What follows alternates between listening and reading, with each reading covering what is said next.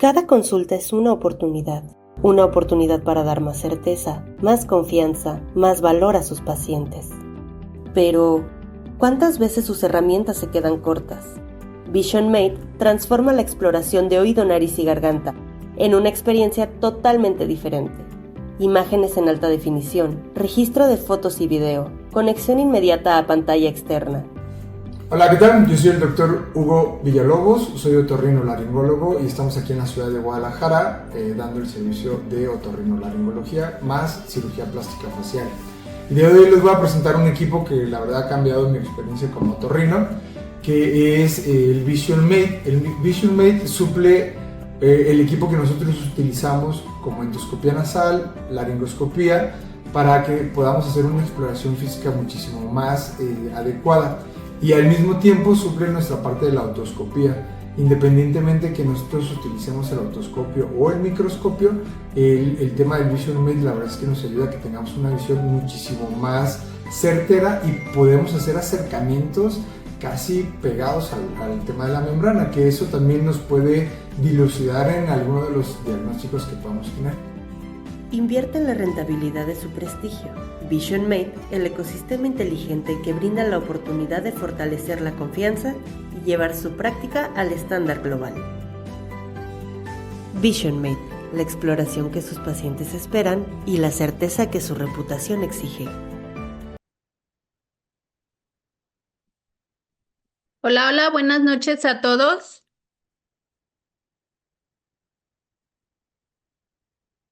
Bueno, buenas noches a todos los médicos asistentes que nos acompañan el día de hoy.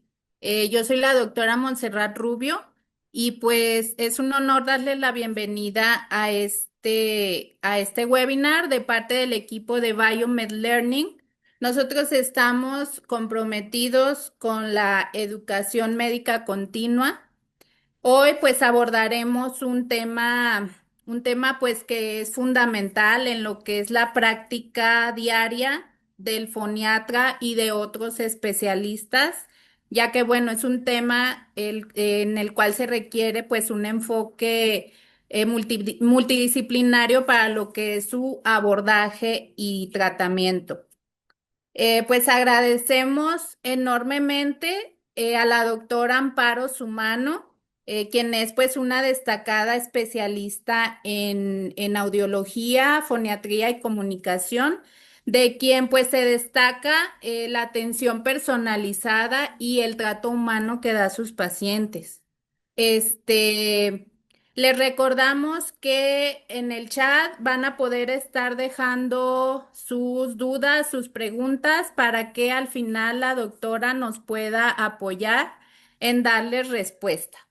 Y pues ahora sí que sin más preámbulo, vamos a iniciar esta interesante charla y pues le cedo la palabra a la doctora Amparo. Doctora Amparo, adelante.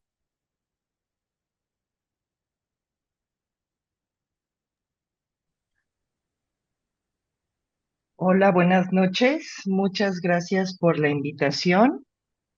Em, Voy a procurar que esta plática sea muy nutritiva para las personas que están con nosotros. Me gustaría que en el chat pusieran las especialidades que tienen o de dónde nos visitan, sobre todo para ir enfocando un poco la plática. No sé si solamente hay otorrinos, si también hay foniatras, terapeutas de deglución, laringólogos.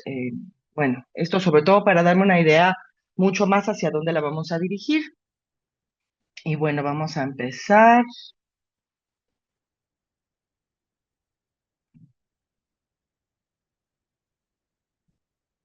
Listo, ya se ve mi presentación.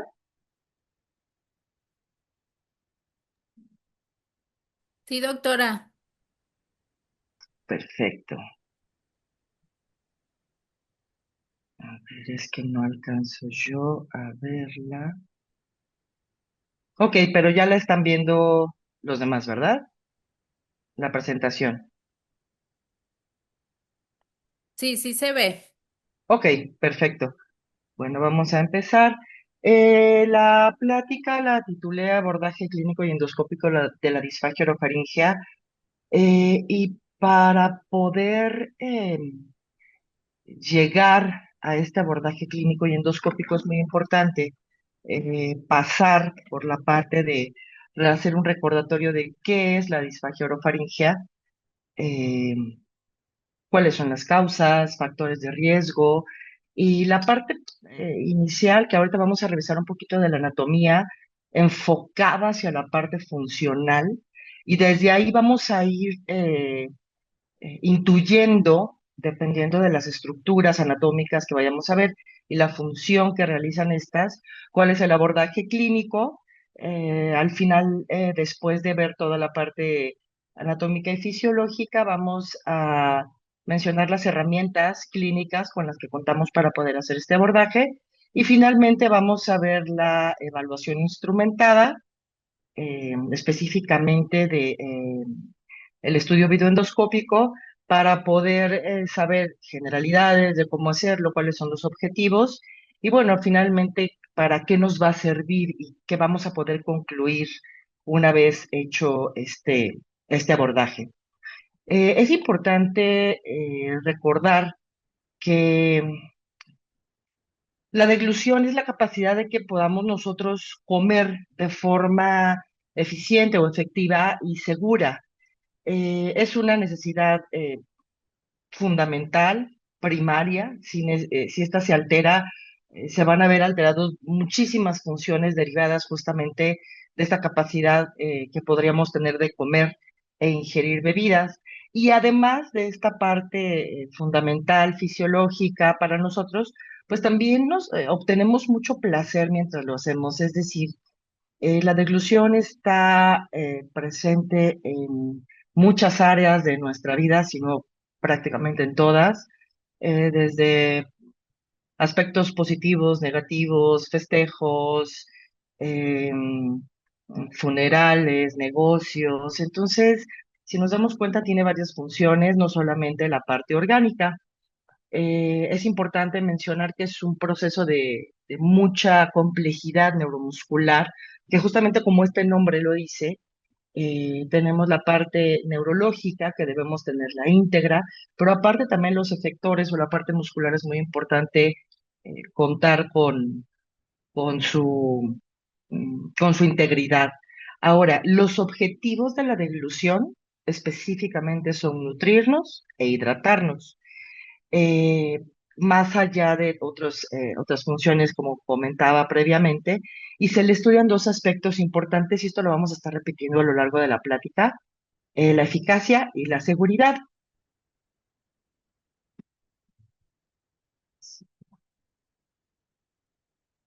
Es importante mencionar solamente como dato curioso que no solamente deglutimos alimentos y líquidos, sino también aproximadamente hasta 1,5 litros de saliva al día, esto dependiendo de lo que estemos haciendo durante esas 24 horas, por una media de 600 degluciones voluntarias, 1,000 involuntarias y finalmente entre alimentos, secreciones, bebidas, estaremos ingiriendo entre 2 a 3 litros de líquido diarios. Y es importante para el estudio, clasificación y abordaje de esta patología, que son las alteraciones de la deglución orofaringea, poder precisar las fases en las que están divididas. De forma general, podemos encontrar en la literatura que tiene 3 o 4 fases, ya que algunos autores dividen la fase oral en fase preparatoria, que es la parte donde observamos alimentos, los preparamos, los olemos, empezamos a salivar, los introducimos a la cavidad oral y los manejamos antes de decidir deglutirlos, que esa es la parte de transporte, pasa por la parte de la garganta, que es la etapa faríngea, y la fase esofágica, que es la final.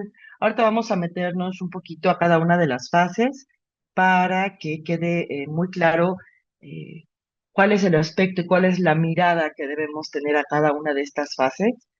De manera inicial, la fase oral preparatoria, como les comentaba, es cómo vamos a preparar los alimentos que vayamos a consumir, ya sean líquidos, sólidos, la cantidad. Y para poder hacer esto, yo necesito de entrada un sello labial correcto, es decir, yo necesito que la musculatura de mis labios sea competente, que tenga adecuada sensibilidad, que tenga adecuada fuerza muscular, la musculatura facial, lingual y masticatoria competente, justamente para tener la finalidad de poder mover o pasar el alimento sólido, en el caso de estarlo masticando, de un lado a otro de la cavidad oral, los bucinadores justamente para hacer una contención en el centro de la cavidad oral, la musculatura, como les mencionaba, perioral, y también los masseteros para poder tener este tono competente y evitar residuos en este surco, la articulación temporomandibular y maxilar inferiores estables, ya que justamente los músculos de la lengua se van a insertar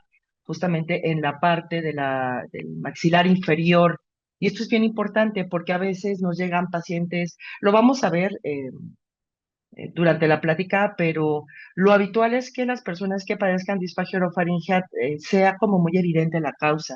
Por ejemplo, eh, ictus, toda la parte neurológica, ya sea aguda o progresiva, puede generarnos esto, un trauma craneoencefálico, un trauma laringio.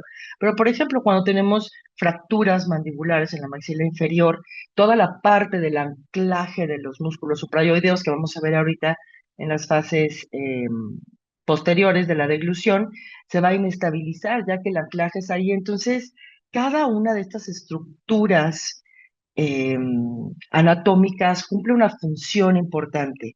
Y entonces nosotros debemos desde aquí empezar a fijarnos cómo está la anatomía, cómo está la sensibilidad, por supuesto la secreción salival es muy importante, el gusto, la sensibilidad oral también, no solamente para el tema de los sabores, sino también las temperaturas y por supuesto las piezas dentales en un buen estado. Es habitual en nuestro país, en nuestros países latinoamericanos, y también en otros países del primer mundo, pero es menos frecuente que el estado de la cavidad oral no sea el adecuado. Nosotros aquí podemos tener ausencia de piezas dentales, lo cual, por supuesto, que va a afectar a esta fase preparatoria donde yo tengo que masticar. No es igual poder masticar con todas tus piezas dentales, con una fuerza y sensibilidad intraoral adecuada para que yo pueda estar haciendo una masticación, triturando los alimentos, mientras la lengua hace la distribución o la rotación del bolo dentro de la cavidad oral, que yo pueda anclar mi lengua con suficiente fuerza a los alveolos y poder generar esta propulsión muscular antero-posterior que va justamente a transportar el bolo ya una vez reducido en el caso de los sólidos, pero en el caso de los líquidos simplemente entra en la cavidad oral, lo anclamos, justamente como les mencionaba con la lengua, y hacemos este inicio de la respuesta oromotora de transporte o el reflejo del glutorio donde yo voy a iniciar esta propulsión y contracción muscular lingual antero-posterior, voy a hacer una especie de, voy a exprimir el bolo contra el paladar y para esto se necesita mucha fuerza. En ese momento ya pasamos a la fase oral de transporte, necesito justamente una elevación de todo el complejo laringio, ya que vamos a tener a este nivel, como les decía, en la maxila inferior, anclados los músculos suprayoideos, que justamente con la contracción lingual y esta forma de presionar o exprimir el bolo contra el paladar duro, va a empezar a transcurrir hacia atrás, se va a desencadenar esta respuesta motora orofaringea y el bolo va a ir pasando hacia la parte posterior de la faringe. Es importante mencionar que esta fase oral de transporte, una vez iniciado esta respuesta oromotora, esta respuesta motora orofaringea o este disparo del reflejo del glutorio pasa a ser una fase ya involuntaria donde yo ya no lo puedo detener para poder realizar esta fase, además de la fuerza lingual, y ya habíamos hablado del anclaje, la sensibilidad y la propulsión del bolo, por supuesto que necesito que la lengua tenga suficiente fuerza, movilidad, el rango de movimientos, que el velo del paladar esté competente para que yo no vaya a tener fugas nasales de alimento, que generalmente es líquido por la cohesión. Ya veremos más adelante que la consistencia de los alimentos es muy importante en el tema de deglución. Y bueno, también un adecuado sello labial. ¿Por qué? Porque si yo no tengo este adecuado sello labial, este juego de presiones va a hacer que yo pueda tener escape oral del alimento en esta fase o incluso desde la fase oral preparatoria. La sensibilidad en toda esta zona es muy importante que esté conservada. Y ya en la fase faríngea, que también es una fase involuntaria, yo necesito la musculatura suprayoidea e infrayoidea, que es la que va a hacer que regrese todo este complejo del laringio al, a la posición original, y los constrictores faríngeos, que también son súper importantes, deben estar conservados. Nosotros tenemos tres músculos constrictores faríngeos: el superior, el medio y el inferior. Los que principalmente participan en esta fase son el superior y el medio. Ya las fibras superiores del músculo constrictor faríngeo ya participa más para formar la parte del músculo cricofaríngeo o esfínter esofágico superior. Entonces también la falta de fuerza en uno o ambos lados, ya sea por un tema de hemiparesia o por un tema de sarcopenia, ya lo iremos viendo, afecta severamente la deglución en esta fase.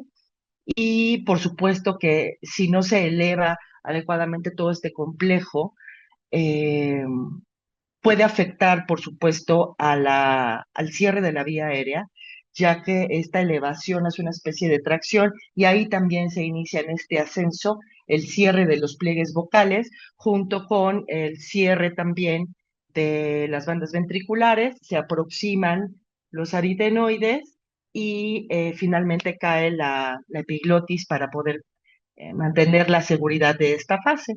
Es muy importante también tener la sensibilidad laringea conservada, ya que nos va a alertar si existe algún acercamiento a esta parte del vestíbulo laringeo o una penetración o aspiración. Bueno, ya lo estaremos detectando mediante tos, carraspeos, tornudos, etcétera. Finalmente, la fase esofágica también es una fase involuntaria donde yo necesito la musculatura suprayoidea o infrayoidea íntegra, justamente para sostener el bolo dentro del esfínter esofágico, perdón, dentro de la cavidad esofágica, y el músculo cricofaríngeo debe estar íntegro, y la peristalsis esofágica. Eh, Aquí ya les platiqué de una manera muy simplificada los pasos que se tienen que hacer y las estructuras anatómicas involucradas en todo esto. Naturalmente, esto es mucho más profundo, tan profundo como queramos involucrarnos en esta área, pero de manera general es lo que debemos de saber para poder estar relacionando ya la evaluación de nuestro paciente con toda esta normalidad de esta función deglutoria. Y una parte, bueno, antes de pasar a esta parte, es importante que mencione que también una de las diferencias entre estas fases es que la fase oral preparatoria y de transporte, al igual que la fase faríngea, trabajan o tienen músculo estriado para su función. Esto es fundamental para que nosotros conozcamos que estas son las fases que son susceptibles de rehabilitación. La fase esofágica es una fase eh, involuntaria, pero tiene músculo liso. ¿Eso qué quiere decir? Que yo, foniatra o especialista en deglución orofaringea, no puedo intervenir activamente para eh, establecer medidas rehabilitatorias, a excepción de una patología que es la hipertonía del cricofaringeo. Pero más allá de esto, realmente la fase oral y faringea son las que podemos trabajar. Ahora, la fase oral es una fase voluntaria, la fase faríngea y la fase esofágica son involuntarias. Aún así, nosotros podemos trabajar con esto justamente por la diferencia del tipo de músculo. Y también es importante mencionar que de toda la disfagia que existe, tanto la orofaringia como la esofágica, hasta el 80% es disfagia orofaringia, lo cual permite o es una ventaja, pues, que nosotros tengamos la mayor parte de frecuencia de disfagia orofaringea, porque nosotros podemos incidir en ella para ayudarles a los pacientes a recuperar su calidad de vida. Ahora, bueno, una vez dicho esto y terminada la parte, esta revisión rapidita anatómica y funcional, vamos ya de lleno con la parte práctica, donde la importancia de la deglución, entre otras cosas, es que también desde el punto de vista anatómico y funcional tenemos en la zona del cuello la encrucijada aerodigestiva, donde la mayoría de los especialistas involucrados en esta zona van a tener este tema de está tosiendo, se está atragantando, está teniendo microaspiraciones o está broncoaspirando. Aquí es muy importante mencionar que efectivamente esta zona es no es la única zona, pero sí es nuestra zona principal o de las más importantes de evaluar. ¿Por qué? Porque aquí tenemos la vía aérea y a pocos centímetros tenemos la vía digestiva. Esta es la parte del esfínter esofágico superior o el esfínter cricofaringio, músculo cricofaringio, que son sinónimos. Y hoy tenemos la vía aérea. Toda esta zona que estoy señalando es la periferia de lo que llamamos el vestíbulo laringio. Toda esta zona está inervada por el recurrente y tiene, perdón, por el nervio laringio superior, y es importante porque tiene sensibilidad que nos va a ayudar a detectar si aquí ha caído o se ha acercado agua, saliva, polvito, boronas, y lo que va a detectar es justamente que algo se está acercando a la vía aérea y nos puede generar un problema de seguridad. Cuando esto sucede, lo mínimo, la mínima respuesta que podemos obtener es la aproximación de los pliegues vocales, carraspeo, algo para eliminar o expulsar de aquí lo que se haya acercado. Y ya cuando el alimento o el líquido se acerca o se mete en esta zona, podemos hablar de que se ha tenido una penetración laringea, hablando de deglución. Y cuando pasa por abajo de las cuerdas vocales, lo que haya invadido la vía aérea, hablamos de una aspiración laringea, perdón, una aspiración traqueal. Cuando hablamos de broncoaspiración, estamos hablando de que ya el contenido que teníamos en la cavidad oral ha llegado hasta vía aérea inferior.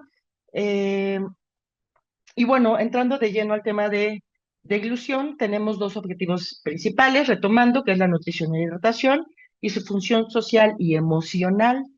Cuando nosotros tenemos alterada una o más fases de la deglución, hablamos de que tenemos disfagia orofaringea, tenemos una alteración de la deglución orofaringea. Recordemos que desde el punto de vista del CIE-10 y de los términos médicos, la disfagia es un síntoma, no es una patología. Sin embargo, sí podemos integrar una alteración de la deglución y podemos nosotros situarla, si está en la fase oral, si está en la fase faríngea, si está en ambas, y si tenemos un problema de seguridad o de eficacia. Es muy importante mencionar que cuando se altera alguna de estas fases, nosotros podemos tener consecuencias importantes como desnutrición, deshidratación, pérdida de peso que generalmente tiene que ver, dependiendo del paciente, de sus condiciones. Por eso puse este ejemplo, tiene que ver con pérdida de masa muscular, que hoy sabemos que, bueno, es fundamental no solamente para la deglución, sino para muchas otras funciones. Y la masa muscular es justamente lo de las principales pérdidas que tenemos cuando tenemos una pérdida de peso no controlada, no planeada de forma brusca. También podemos tener infecciones pulmonares, desequilibrios hidroelectrolíticos, que es como el escenario habitual de un adulto mayor que está reingresando constantemente al servicio de urgencias porque se desorientó y ven que tiene a lo mejor hiponatremia, hipernatremia, algún tema de electrolitos, se corrige, se manda a casa, pero como no se escarba un poquito más, no estamos viendo que a lo mejor nuestro adulto mayor o este paciente neurológico está teniendo una deglución comprometida y ese es el origen de estos desequilibrios. Entonces, eso sí es frecuente. Y bueno, pacientes diabéticos que se aplican o que se aplican insulina o tienen hipoglicemia antes, por supuesto que puede generar hipoglicemia. Factores de riesgo, pues bueno, esto se puede presentar en todas las, todas las edades, desde neonatos prematuros hasta los adultos mayores, pasando por patologías como parálisis cerebral, las enfermedades neurológicas, ya sean agudas o degenerativas o progresivas, son prácticamente todas o casi todas pueden generar disfagia orofaringea, como la esclerosis múltiple. Esto tiene que ver mucho con los sitios donde se presenten estas crisis en el área cortical, también esclerosis lateral amiotrófica, distrofias musculares, de las cosas más frecuentes, infartos, hemorragias cerebrales. Puede venir como consecuencia de radioterapia en cabeza y cuello, pacientes que están en unidades de cuidados intensivos o que tienen traqueostomías. Hablábamos de enfermedades neurodegenerativas y las enfermedades o los deterioros neurocognitivos mayores, eh, llamadas antes demencias, también van a alterar el problema de ilusión, y también se puede juntar con un tema de alimentación que incluye apraxias, agnosias, otro tipo de problemas muy específicos de este grupo de pacientes. Cuando hay también lesiones medulares, también altas, puede haber, con la miastenia gravis, que son un grupo de pacientes que tienen un manejo muy particular, sobre todo por cómo em, cuál es el origen o cómo funciona esta enfermedad en nuestro cuerpo. Tumores cerebrales, trauma craneoencefálico, epilepsia, por supuesto, Guillain-Barré, y adultos mayores también son una población muy, muy susceptible de tener estos problemas. Y los síntomas que vamos a ver en nuestros pacientes, los principales son los que están con rojo, principalmente tos o atragantamiento durante la alimentación. Pero también existen las aspiraciones silentes, es decir, la alteración de la sensibilidad en el vestíbulo laringio e incluso en los primeros anillos traqueales. Entonces, de pronto, si bien es el síntoma más común o más reconocible que podemos tener, tampoco es una regla.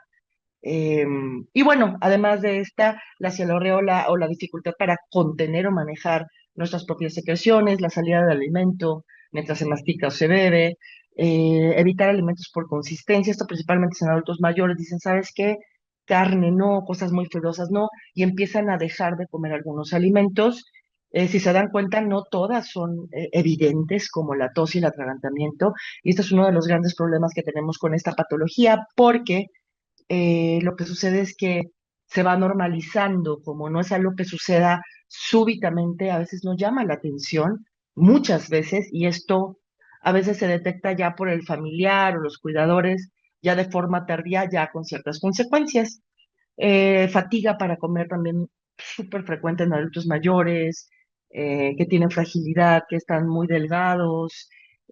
A veces estas personas o este tipo de pacientes se fatigan de comer, miedo a alimentarse, un tiempo prolongado de alimentación. No es normal que alguien tarde, bueno, salvo que sea por un tema de costumbre, pero no es normal que alguien de tener una comida en un tiempo regular de 20 o 30 minutos de pronto se esté tardando 40 minutos, una hora y media, 2 horas, y así tenemos pacientes que pueden tardarse incluso más de 2 horas. Ya de forma más evidente, pues presencia repetida de fiebre sin causa aparente, donde no le encuentro, puede ser infeccioso, viral. Bueno, hay que pensar también en la deglución, neumonías recurrentes, pérdida de peso no planificada o no deseada, sensación de que el alimento se estanca en la garganta. Esto es muy importante. A veces nuestros pacientes nos dicen, es que me atoro. Y esto es un poco como los pacientes de equilibrio. Es que me mareo. ¿Y qué significa que me mareo? Siento que todo me da vuelta, siento que es como un barco, siento que me voy de lado. Esto es un poco así. Cuando las personas nos dicen es que me atoro, es muy importante, y esto sí vale la pena que quienes se dedican a esto o estén en contacto recuerden esta parte de poder hacer las preguntas correctas. Cuando usted me dice que se atora, ¿se refiere a que siente que se ahoga y se atraganta y empieza a toser, o siente que la comida se estanca y se queda aquí en la garganta, que usted la traga y que se queda todavía una parte aquí que tiene que volver a tragar, o con agua, o pasa o ya no pasa, o ambas cosas? Y esta pregunta es muy importante porque dependiendo de la respuesta que nos dé nuestro paciente, nos va a orientar hacia si tenemos un tema de seguridad o de eficacia. Ya desde ahí podemos ir intuyendo cuál es el problema, si hay un problema de debilidad, de que los músculos están funcionando adecuadamente, a lo mejor están habiendo residuos en los recesos faríngeos, o que a lo mejor mi alimento, mi líquido está prematuramente cayendo a la parte faríngea y me encuentra una vía aérea abierta y entonces me genera esto o ambos. Entonces sí es importante hacer las preguntas correctas y bueno, por supuesto la regurgitación nasal de alimentos. ¿Se acuerdan que decía que el velo del paladar debe estar íntegro en su fuerza y en su sensibilidad, justo para no tener reflujo nasal de alimento? Que esto, aunque no es un tema peligroso, sí es aparatoso porque la gente tose, etcétera, pero es más bien por un tema de la sensibilidad nasal, no tanto porque esté teniendo, o no necesariamente porque esté teniendo temas de derrame prematuro o aspiración. Entonces, pero también es importante y es competencia de nosotros evaluarlo. Y hay varias preguntas a responder cuando tenemos a un paciente con datos clínicos de deglución, de alteración de la deglución, que vamos a empezar a tratar de responder con una aproximación, como lo hacemos con todos nuestros pacientes, una historia clínica, una evaluación, y ahorita vamos a ver los pasos y las herramientas, pero hay que contestar dos preguntas. ¿La vía oral de nuestro paciente es eficiente? Es decir, él sí puede obtener toda la cantidad de calorías y de líquidos que debe tener su cuerpo, hablando como organismo, como sistema, para mantenerse funcionando de manera correcta.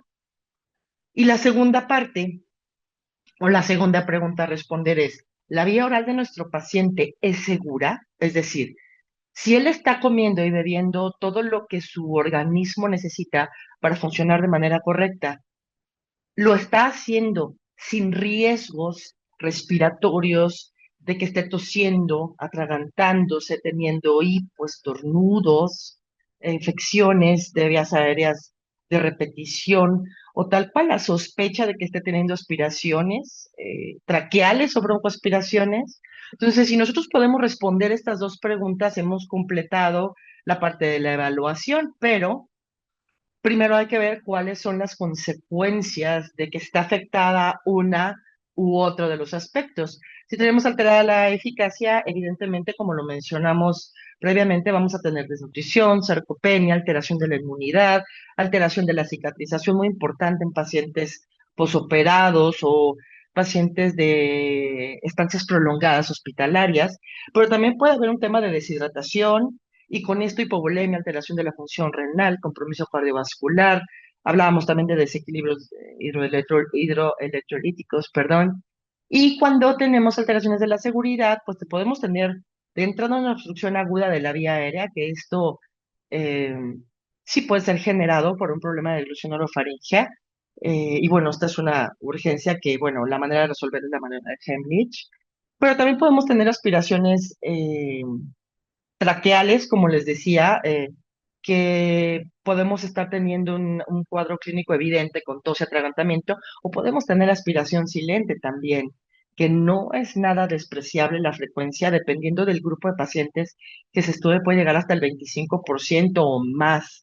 Entonces, esto sí es frecuente. Y bueno, evidentemente, pues neumonías, ingresos hospitalarios, incapacidades laborales, cuidados especiales, incremento de la mortalidad, sobre todo porque son pacientes que están reingresando y cada ingreso hospitalario vamos perdiendo, sobre todo por la postración, esta parte que les decía funcional de la masa muscular. Y bueno, ya de lleno, perdón, vamos a entrar ya de lleno al abordaje diagnóstico.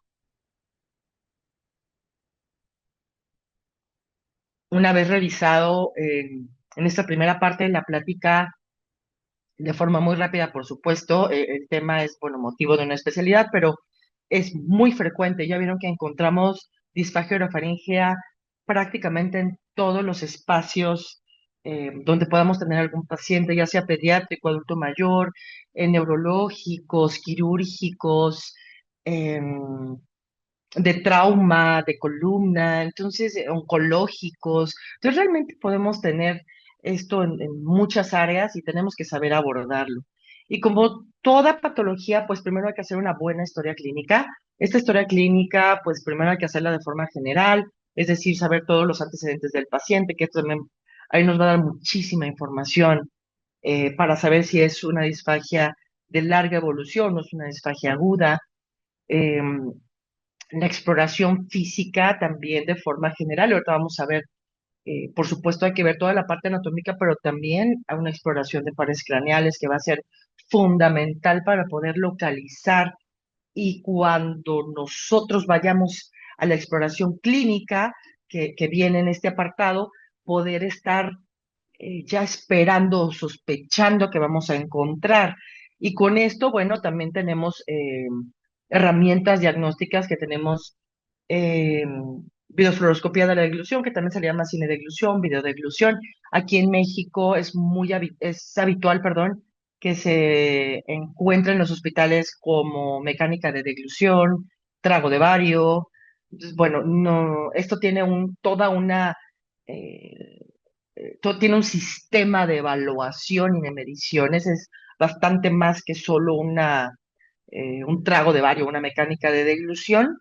Tenemos la parte instrumentada, que es la evaluación fibroendoscópica de la deglución, que es FES por sus siglas en inglés, que es la que vamos a abordar hoy. Tenemos la FEST, que es descrita 10 años después, que es prácticamente como esta, pero por el canal de trabajo del endoscopio, cuando se cuenta con este, se puede estimular compresión de aire en los aritenoides, en ciertas partes del vestíbulo laríngeo, para poder determinar si se tiene una sensibilidad adecuada o no. Hay literatura también que dice que no es tan válido, ya que en ese tipo de estructuras normalmente el estímulo al que está expuesta esas estructuras laríngeas, pues no son pulsos de presión de aire, son otro tipo de estímulo. Pero bueno, para que sepan que también existe este estudio y la manometría faringoesofágica, que es la que nos va a ayudar a hacer el diagnóstico junto con una videofluoroscopía de la deglución, de la hipertonía del cricofaringio. Hay datos endoscópicos que nos pueden hacer sospechar y clínicos también de una hipertonía del cricofaringio, pero bueno, esta es específicamente para buscar este tipo de patologías. Dentro de las pruebas clínicas tenemos muchas. Voy a mencionar de forma general algunas, mencionando un poco más las que son más populares o más conocidas, más usadas. Tenemos varias, que es la prueba de agua. Esta fue descrita con 3 onzas de agua o 90 mililitros. Se le pide al paciente básicamente que lo tome a libre demanda. Ahorita lo vamos a ver. Una evaluación clínica de la deglución, que también está descrita desde hace ya algunas décadas para los pacientes hospitalizados. El método de evaluación clínica, volumen, viscosidad, un test de tos, la auscultación cervical. Es una prueba clínica más bien complementaria para otras, un test de deglución seca. Y por supuesto, durante estas y durante nuestra exploración, pues la exploración de signos clínicos específicos, como cambios de voz. eh, Nosotros le llamamos voz húmeda a esta voz que se genera cuando hay secreciones o alimento sobre las cuerdas vocales, que hace que al momento de fonar y con esta presión positiva, al momento justamente de la fonación, se escucha un borboteo, esta voz húmeda, cómo maneja sus secreciones, si tiene reflejo nauseoso.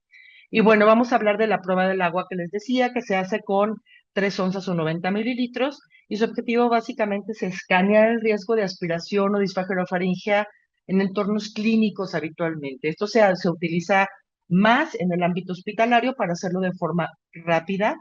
Eh, También, bueno, limitaciones, pues no se observa nada, no es algo directo, eso, bueno, yo voy a buscar datos clínicos, no va a detectar aspiración silenciosa con plena fiabilidad, que con esta cantidad de agua muy probablemente sí se desencadenaría, perdón, tos, a lo mejor un poquito desfasada del momento de la ingesta, pero bueno, probablemente por la cantidad pudiera ser.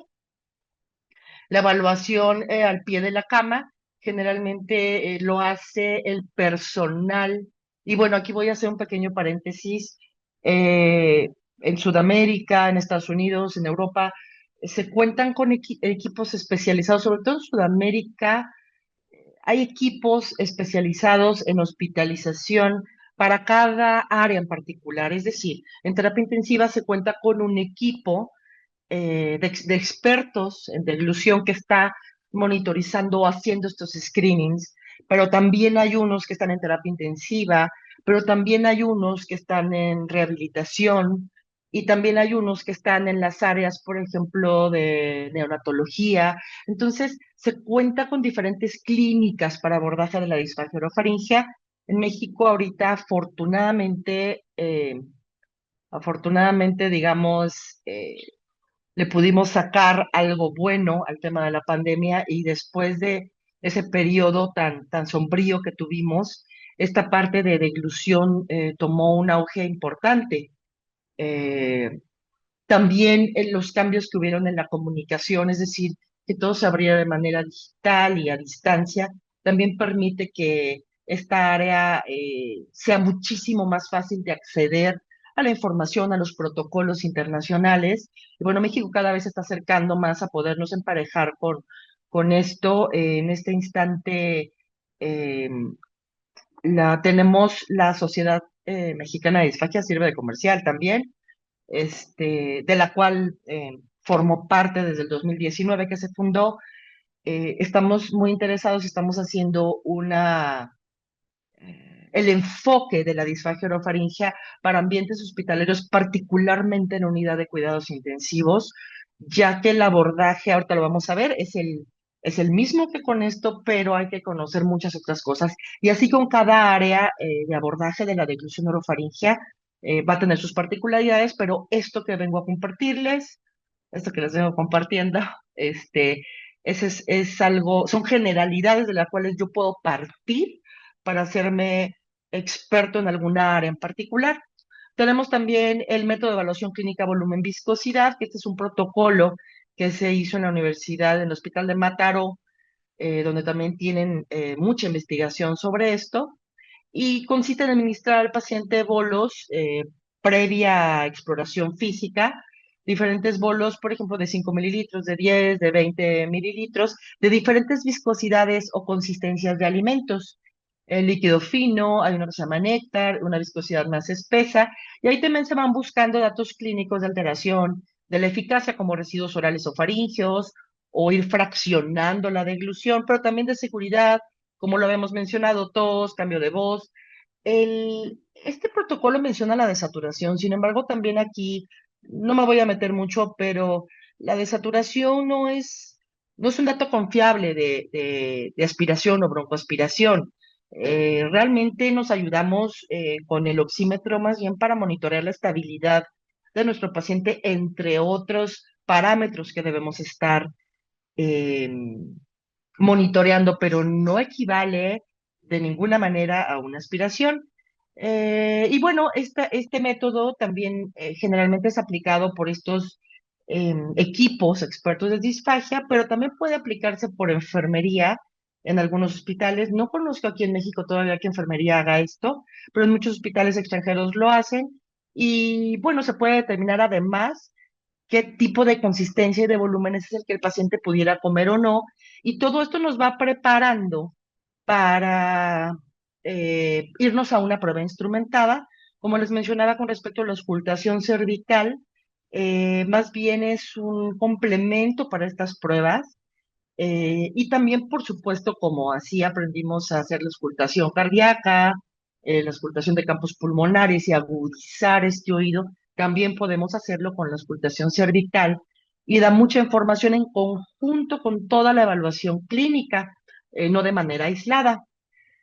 Ahora vamos a hablar del estudio endoscópico y este abordaje endoscópico de la deglución. Es importante que, bueno, perdón, tenemos una visitante.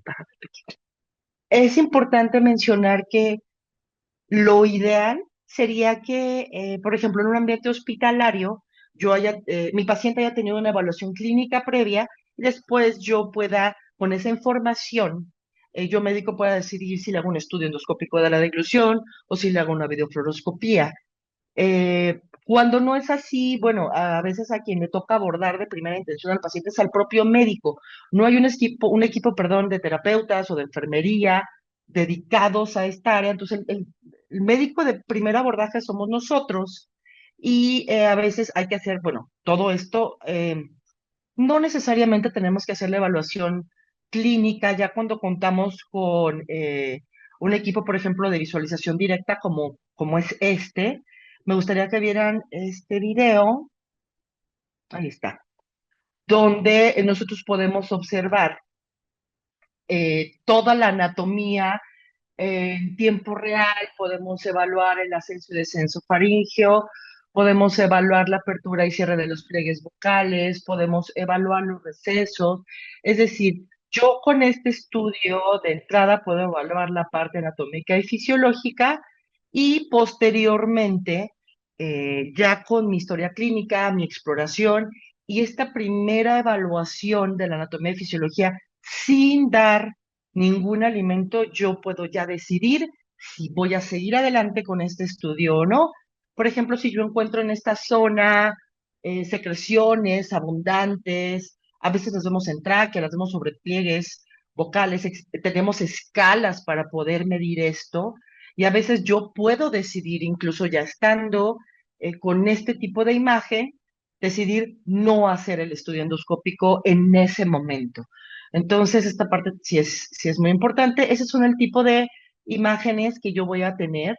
Esto ya es de un paciente. Tenemos este tipo de imágenes donde las secreciones tienden a veces a ponerse entre la imagen de la faringolaringe y de la vía aérea y yo, pero podemos observar todos los movimientos de respiración.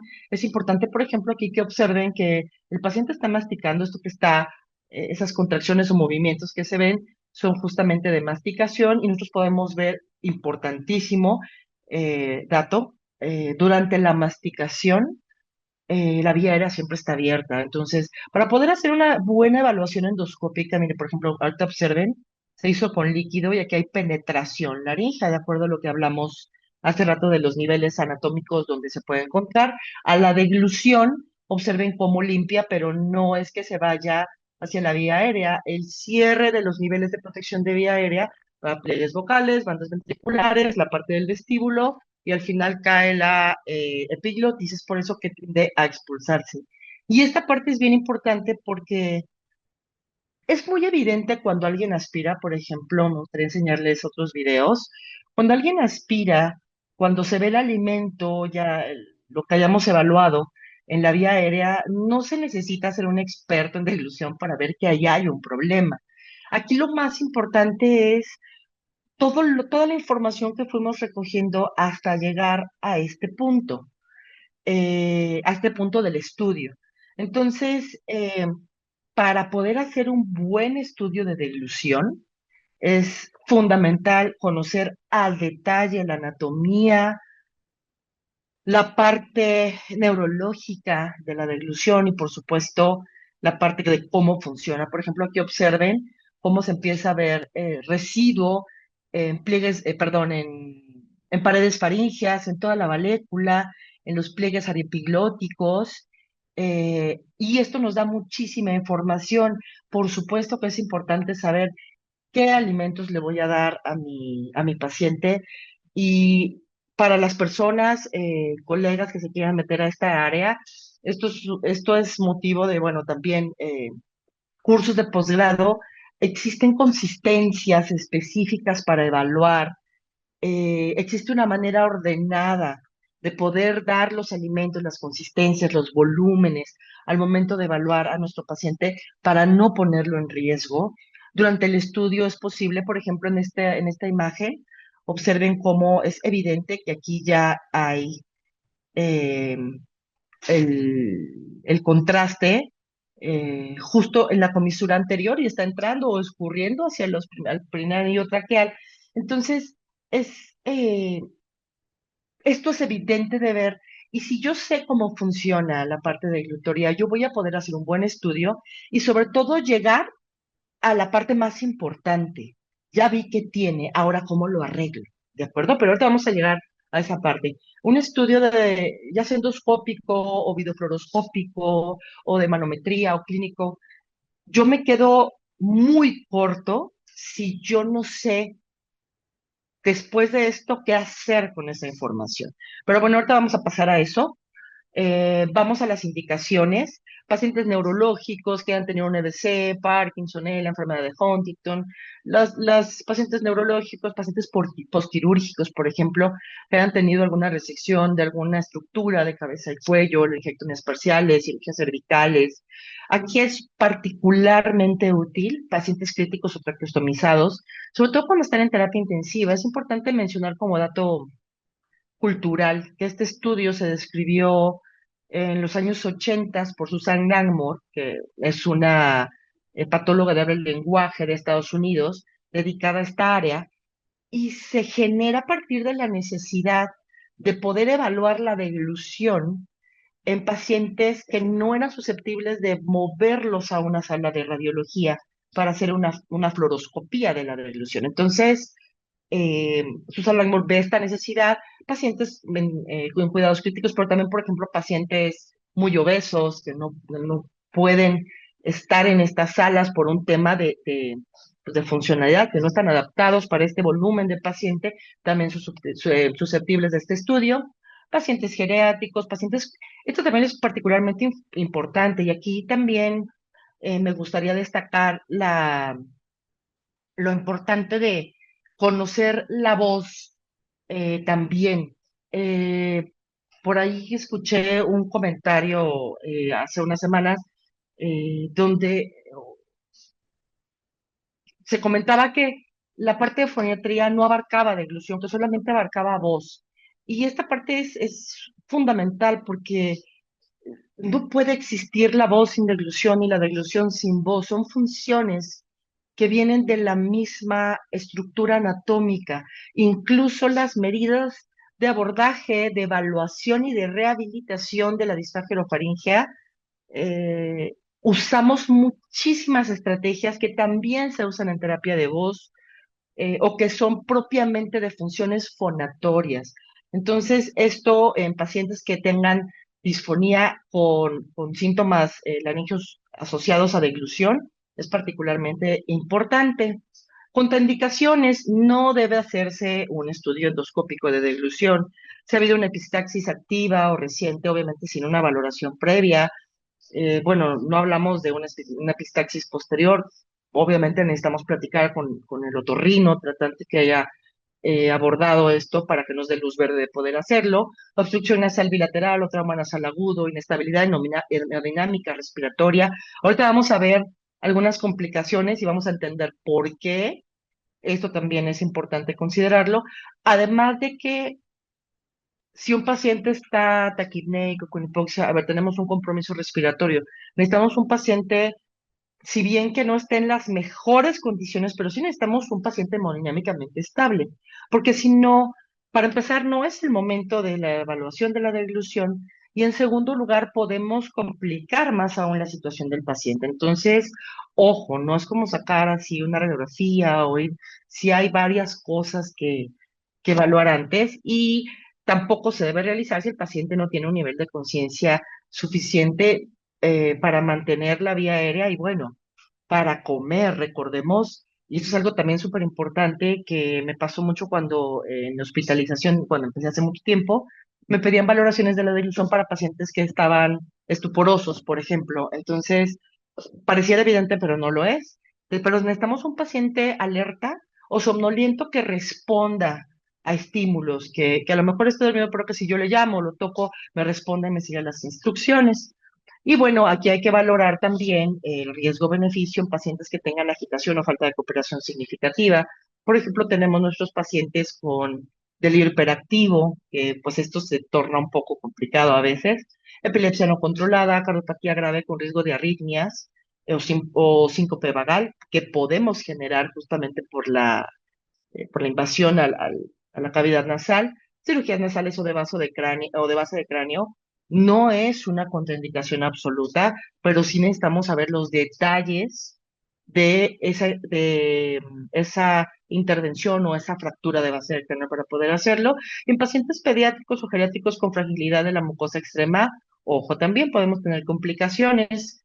¿Como cuáles? La realidad es que se considera un procedimiento mínimamente invasivo y bastante seguro, pero pueden pasar cosas, como que epistaxis leve, molestia nasal o faringea transitoria, ardor, lagrimeo, náusea, reflejo nauseoso intenso o vómito.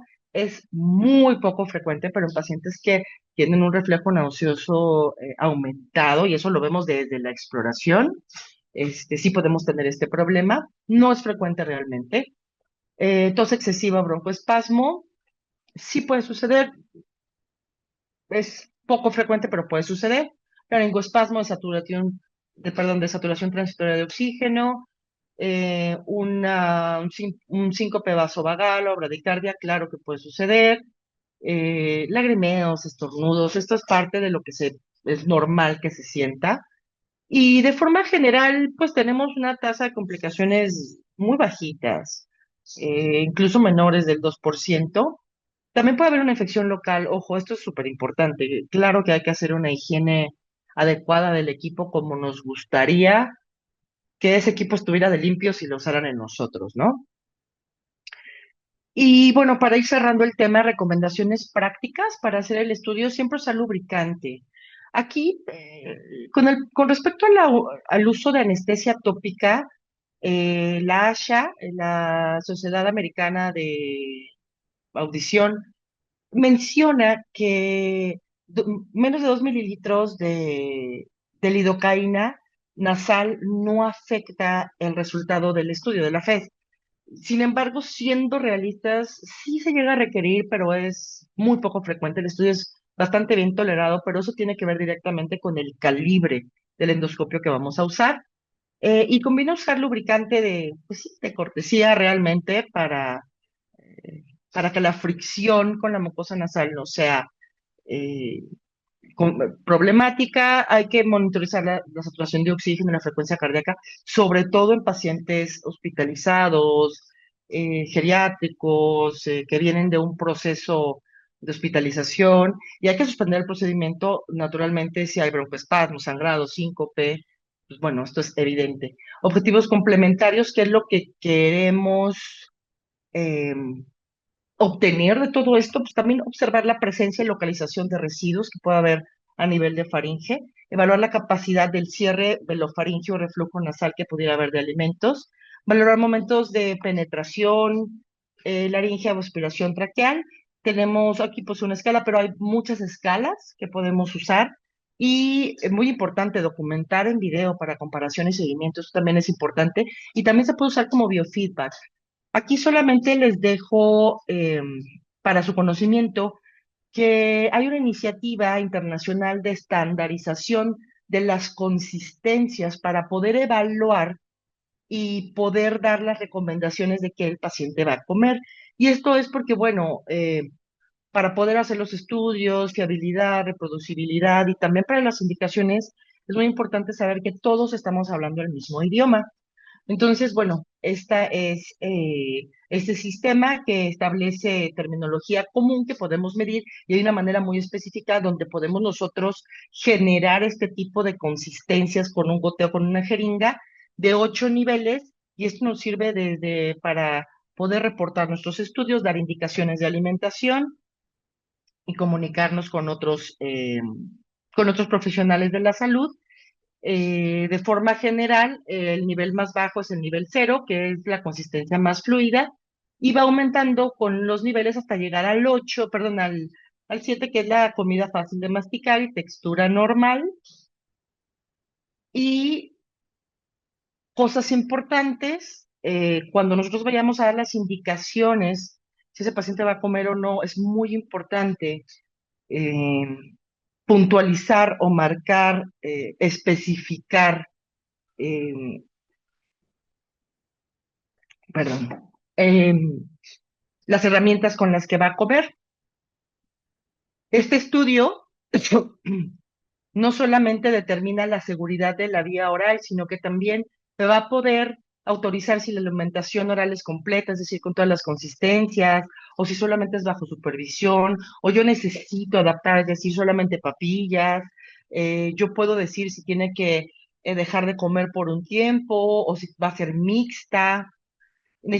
También me permite definir la consistencia y volumen de bolos seguros, es decir, en mis indicaciones, si va a comer, qué tipo de consistencias va a comer, idealmente en el marco ITSI que vimos previamente, para que nos aseguremos que las indicaciones que yo estoy dando pues se sigan. Es importante ajustar el tamaño del bolo, ¿no? Si es pequeño, mediano, grande, se puede medir en mililitros, hay varias maneras de hacerlo. Se puede recomendar también uso de espesantes si fuera necesario. Se valora también la eficacia de maniobras compensatorias durante el estudio, es decir, yo puedo hacer ciertas posturas, posiciones, aumentar la presión de la deglución para que yo pueda observar si estas estrategias me sirven para mejorar la deglución y también son estrategias que voy a usar en la rehabilitación.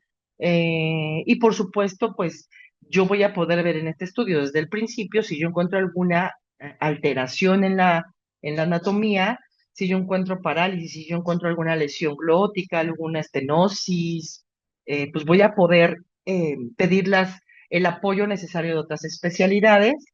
Por supuesto, voy a detectar la aspiración o penetración laringea y con esto yo puedo definir el riesgo de aspiración y ajustar la vía de alimentación a la par de prevenir que éstas sucedan. Voy a poder monitorizar la evolución, ya que yo puedo estar repitiendo este estudio mm, como sea necesario, pero obviamente necesitamos objetivos. Todo esto es ordenado, no se van a hacer estudios diarios. Entre estudio y estudio debe haber un objetivo muy específico. Si ese estudio que yo voy a hacer no va a alterar o no va a cambiar las indicaciones de mi paciente, no tiene ese potencial, no tiene razón de hacerlo. Y bueno, por supuesto, educar al paciente y al equipo interdisciplinario también nos ayuda, como les decía, para biofeedback, comprensión de la patología y de que tengan más cuidado. En resumen, ya para terminar, este estudio nos permite tomar decisiones inmediatas, resolver problemas basadas en evidencia directa, en evidencia científica y de manera concreta o a resumen podemos respondernos estas tres preguntas fundamentales. ¿Puede comer por vía oral? Si lo puede hacer de forma segura y eficaz. ¿Y qué estrategias o terapias son necesarias para mejorar su deglución? Eh, Todo esto viene porque cuando uno pierde la capacidad de comer, las consecuencias pueden ser devastadoras, no solamente para la salud, sino para la calidad de vida.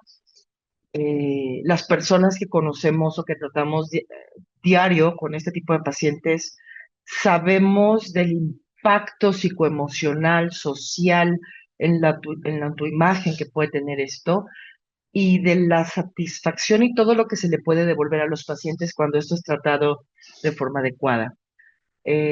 Con esto los dejo. Bueno, hasta aquí con mi presentación.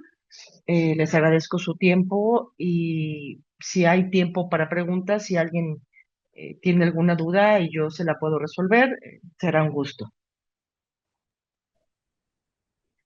Sí, bueno, doctora, pues muchísimas gracias, por esta charla, por compartir este tiempo con nosotros. Tenemos una pregunta en el chat, igual si tienen más preguntas, o igual si gustan hacerlas directamente, también pueden levantar la manita y para que le puedan hacer la pregunta a la doctora. La pregunta que tenemos en el chat, doctora, es pregunta el doctor Ricardo Ramos. Para los recién nacidos, prematuros y lactantes, ¿cuál equipo es el más adecuado? Bueno, para esto se requieren videoendoscopios de un calibre muy delgadito, un diámetro, pero bueno, sí, un diámetro, un calibre muy delgado para poder realizarlos. Hay unos incluso muy pequeñitos que pudieran tener canal de trabajo. Nosotros realmente no necesitamos un canal de trabajo como foniatras. Ahorita ya revisé, muchas gracias a todos los que contestaron. Veo muchos otorrinos, lo cual está padrísimo porque también el paciente habitualmente busca al otorrino normalmente. No sabe que existimos los foniatras, por un lado, y por otro también los otorrinos, eh, pues cada vez se están interesando más por este tema, y eso es grandioso, porque entre más podamos hacer crecer esta área y devolverle a los pacientes su calidad de vida y capacidad de comer, pues será mejor. Bueno, perdón, retomando lo de la pregunta de los recién nacidos, Dependiendo de las edades, esto va a ser como yo voy a ir necesitando los calibres, pero eso se ve directamente dependiendo del tipo de paciente que yo voy a tener. Yo habitualmente tuve una etapa intensa de evaluación hospitalaria. Ahorita básicamente ya estoy en pacientes más ambulatorios y de hospitalización, pero ya menos. Me tocó de todo, ¿no? De COVID, terapia intensiva, neurológicos, geriátricos. Y ahorita es un poco más ambulatorio y es difícil que al consultorio llegue un niño para hacer una FES. Sí ha llegado, cuando he llegado a usar algún endoscopio con un niño, por ejemplo, que se puede hacer sin ningún problema de 5 años, yo puedo usar un endoscopio aproximadamente, déjenme acordar, el curso habitualmente es de 3,8 milímetros, con uno de 3 más o menos es algo razonable para ese niño. Para más chiquitos, pues buscaremos calibres más pequeños y eso normalmente se usa más en áreas hospitalarias de neonatología, etcétera, y la verdad es que son muy útiles para valorar no solamente la deglución, sino la engomalacias y bueno, otras cosas. Perfecto, pues ahí está la respuesta de la doctora. Igual, ya tienen abiertos, doctores, están abiertos sus micrófonos por si tienen alguna otra pregunta, o igual escribirla en el chat. Este, y pues, mientras, pues de nuevo, doctor Amparo, de verdad un agradecimiento de parte del equipo de Biomed Learning, por su apoyo en este webinar.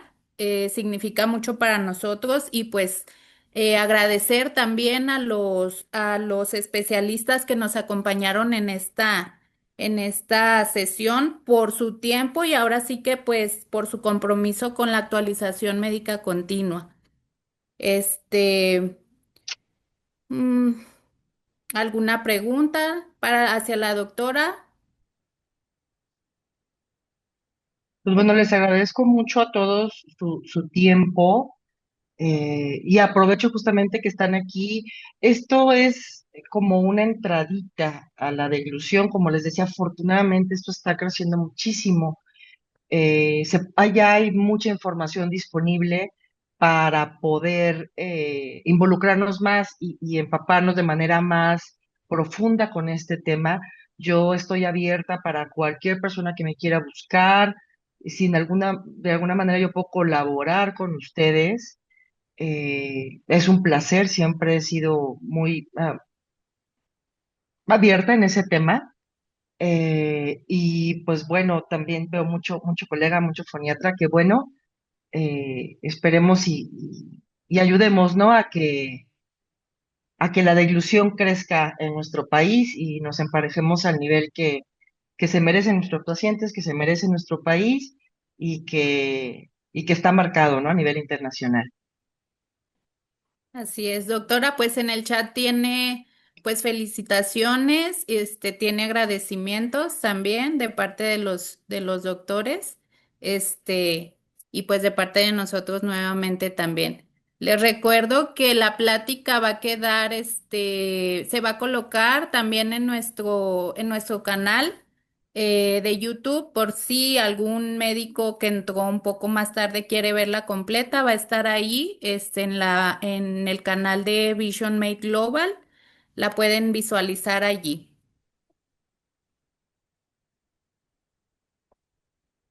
Y pues ya no me aparecen preguntas, doctora.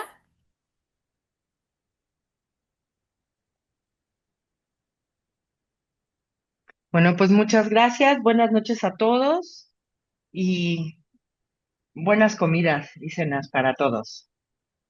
Muchas gracias, doctora. Que estén bien. Hasta luego. Saludos, que esté bien.